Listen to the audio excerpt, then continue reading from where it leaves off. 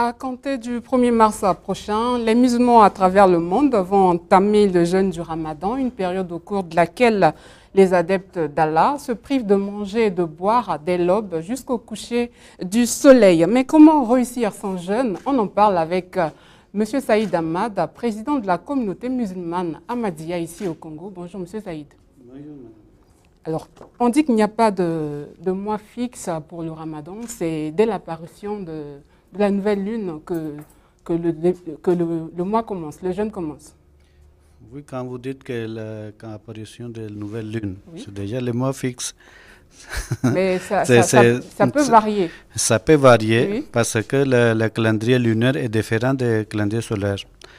Le calendrier lunaire compte 29 ou 30 jours.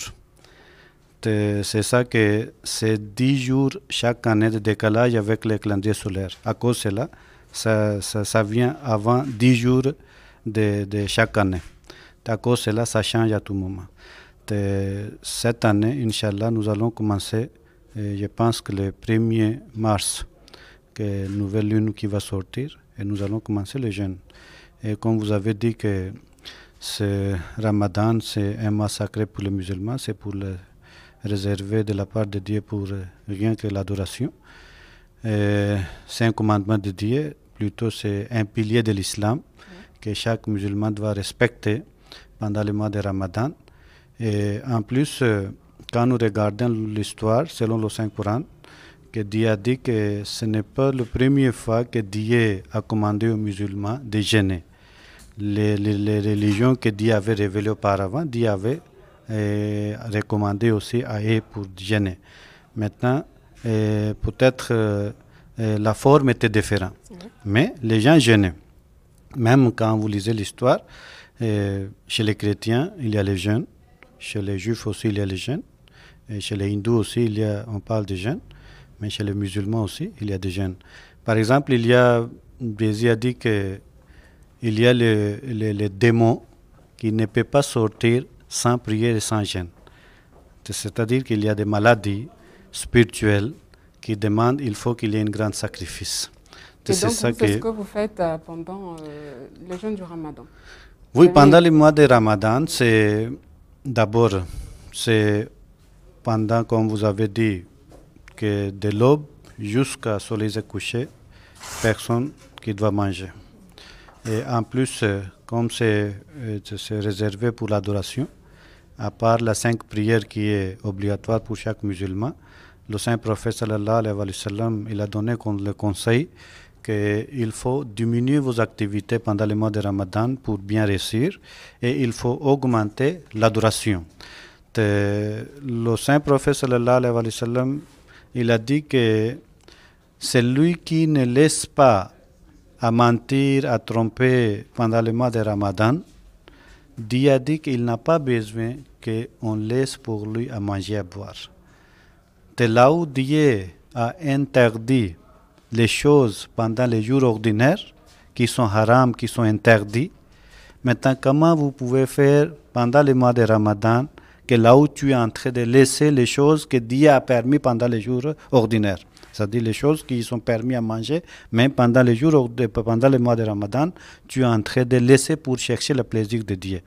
Et maintenant, si tu mens encore, si tu fais du mal pendant les jeûnes, à ce moment-là, Dieu n'a pas besoin que tu laisses à manger et à boire pour lui. C'est-à-dire Dieu n'acceptera pas.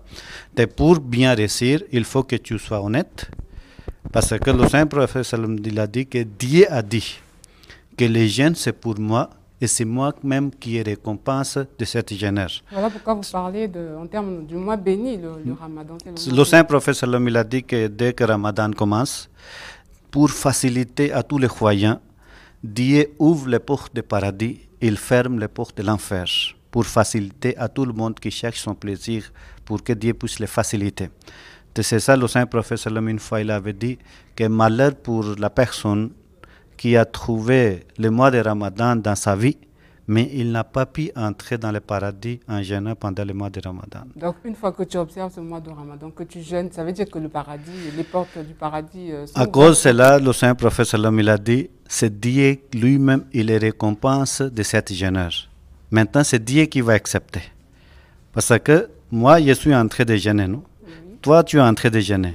Mais je ne peux pas savoir que tu es en train de jeûner. Tu ne peux pas aussi savoir que je suis en train de jeûner. Ça concerne à moi. Parce que jeûner, c'est quoi? Il faut s'abstenir de manger, à boire. En plus, il y a d'abandonner le mal. Maintenant, si j'ai pensé déjà à faire le mal, pendant que je suis en train de jeûner, est-ce que Dieu connaît, mais tu ne connais pas? En cachette, j'ai déjà mangé quelque chose, mais tu ne connais pas. Je ne montre pas aux gens que j'ai jeûné. J'ai jeûné pour qui? Pour Dieu, n'est-ce pas? Maintenant, c'est Dieu qui va récompenser. Et il y a beaucoup de gens aujourd'hui, par exemple, pendant le mois de Ramadan, surtout les musulmans, qui font le mal, qui sont en train de tuer les gens, mais même temps, ils sont en train de jeûner. Est-ce que Dieu va accepter leur jeûne? À cause de cela, il n'y a pas un changement chez les musulmans. Pourquoi? Parce qu'ils ne respectent pas ce que Dieu a demandé, ce que le prophète a demandé. Le jeûne, c'est l'un des 5 piliers de l'islam, vous l'avez dit. Est-ce que si tous les musulmans sont appelés à jeûner, il n'y a pas d'exception? C'est obligatoire. Le saint prophète sallallahu alayhi wa sallam, il a dit que chaque musulman qui est jeune, le saint Coran, il dit, c'est lui qui n'est pas malade. C'est lui qui n'est pas en voyage. Il est sur place, il doit jeûner obligatoirement. Maintenant, c'est lui qui est malade, il est en voyage, il ne doit pas jeûner. Maintenant, il est obligatoire de compléter les jours. Comment ça passe? Le Saint Coran, le Saint Prophète sallam, il a dit, il faut rendre facile l'islam pour comprendre, il ne faut pas le rendre difficile. C'est l'islam est tellement facile pour comprendre et pour pratiquer. C'est ça que l'islam a facilité. Pendant le mois de Ramadan est commencé, maintenant tu es tombé malade. À ce moment-là, le Coran, il vous demande de ne pas jeûner. Après, tu es guéri. Maintenant, les jours que vous trouvez pendant le mois de Ramadan, tu vas commencer à jeûner. Maintenant, les jours que tu n'as pas jeûné, après, vous avez toute l'année pour remplacer. Même chose avec les gens qui sont en train de voyager. Pendant le voyage, ils ne jeûnent pas. Les jours qu'après Ramadan, il va compléter les jeûnes. Vous avez dit tout à l'heure que maintenant, deuxième chose, que les femmes qui sont enceintes, ils ne doivent pas jeûner. Et les femmes allaitantes aussi. Oui. Maintenant, les femmes qui sont en train d'allaiter, ils ne doivent pas jeûner aussi, parce qu'ils sont considérés aussi comme des malades. Et en plus, les gens qui sont maladifs, ils sont toujours malades, même pendant le mois de Ramadan, après Ramadan.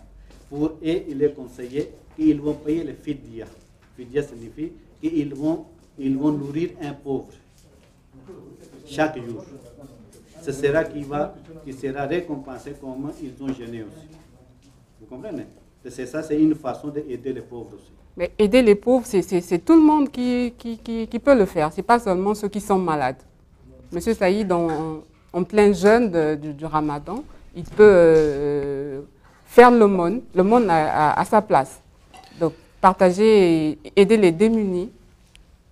Normalement, pendant le mois de Ramadan, tout le monde, il cherche à aider, de dépenser dans la voie de Dieu. C'était la pratique du prophète Mohammed sallallahu alayhi wa sallam. Mais ce que Dieu a demandé pour les gens qui n'ont pas la possibilité de jeûner, ils sont malades à cause des maladies, maintenant, obligatoirement, ils vont faire ça pour remplacer le jeûne. Et donc, les autres, ils peuvent s'en passer. Ce n'est pas obligatoire. Pour eux, ce n'est pas obligatoire. Oui, oui. Ce n'est pas obligatoire de faire l'aumône. On continue de parler du Ramadan avec le président de la communauté musulmane Ahmadiyya ici au Congo. Et donc le Ramadan nécessite une préparation. Il dit, M. Saïd Ahmad nous dit qu'il faut être honnête, il ne faut pas mentir. Alors donc il y a une préparation aussi en amont. On n'entame pas le jeûne comme ça, il y a une préparation aussi pour réussir son jeûne. Non, la disposition du cœur. Oui, normalement, ça compte l'intention. En islam, le saint prophète sallallahu alayhi wa sallam, il a dit Innamal amalu binniyat. Chaque acte sera récompensé par rapport à l'intention d'une personne. C'est ça que dès que vous entrez dans le mois de Ramadan, vous avez déjà l'intention de jeûner. Et s'il est obligatoire que vous avez l'intention de jeûner, à ce moment-là, vous commencez à jeûner et vous aurez la récompense auprès de Dieu. Maintenant, sans l'intention, vous ne pouvez pas jeûner. Deuxièmement, quand vous êtes en train de dépenser dans la voie de Dieu, le saint prophète sallallahu alayhi wa sallam, il a dit de la même manière, la nuit, obligatoirement, il faut réveiller pour adorer Dieu. Parce que il est interdit de jeûner, par exemple, de ne pas manger dans 24 heures. Et il est demandé qu'il faut qu'avant l'aube, obligatoirement, il faut manger. Et dès que le soleil se couche, il faut manger. Seulement pendant la journée, c'est interdit de manger. Maintenant, avant que l'aube commence, vous avez la nuit pour adorer Dieu. Et à ce moment-là, le Saint-Prophète sallam, il a dit que Dieu écoute la prière et il faut bénéficier pour réveiller, pour implorer Dieu, et Dieu va écouter la prière à ce moment-là. Alors, du côté de la communauté Ahmadiyya, on se prépare déjà justement pour le jeûne. Oui, pendant le mois de Ramadan, tous les musulmans à travers le monde, ainsi que la communauté musulmane Ahmadiyya, nous sommes déjà en train de préparer, nous sommes déjà prêts. Tous les jours, nous sommes en train de préparer aussi. Nous sommes prêts à enseigner les gens, encadrer les gens, préparer la prière. Et pendant le mois de Ramadan, nos mosquées seront toujours ouvertes.